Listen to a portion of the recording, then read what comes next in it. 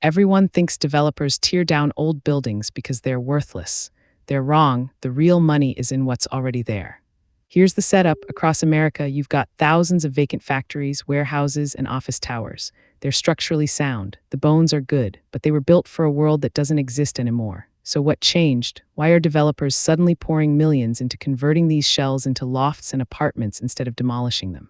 Exhibit 1, the math of demolition. Tearing down a 5-story factory costs anywhere from $500,000 to several $1,000,000. That's heavy equipment, environmental cleanup, debris hauling, permits. Then you've got vacant land. You own dirt. Before you can build anything new, you need to remediate the soil, get zoning approvals, and navigate months of red tape. By the time you're ready to pour a foundation, you've already spent years and millions with zero revenue. Adaptive reuse flips that equation. The structure exists. The roof doesn't leak or can be fixed for less than building new. The electrical and plumbing runs are already in the walls. You're not starting from zero. You're starting from 60% done. That's the hidden advantage.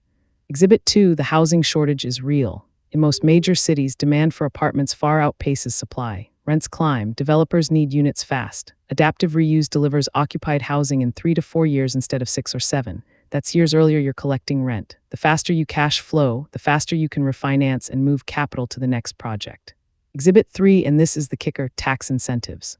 The federal government and most states offer credits for historic preservation and adaptive reuse. We're talking 10 to 20% of your total project cost back as a tax credit. $100 million conversion, that's $10 to $20 million the government essentially hands you to finish the job. That's not charity. It's cheaper than building new affordable housing from scratch. So here's what's really happening. Old factories and office towers aren't being rescued out of nostalgia. They're being converted because the economics work. Lower upfront costs, faster revenue, tax credits that subsidize the project, and a housing market desperate enough to pay premium rents for exposed brick and 12-foot ceilings in a converted mill.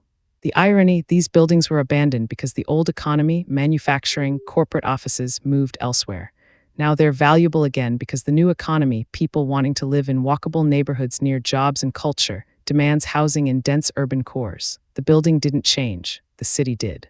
That's adaptive reuse in a nutshell. It's not about preservation, it's about economics. When the numbers work, buildings get saved. When they don't, they disappear. Understanding that gap between what we think drives development and what actually does is how you start reading a city like an accountant instead of a tourist.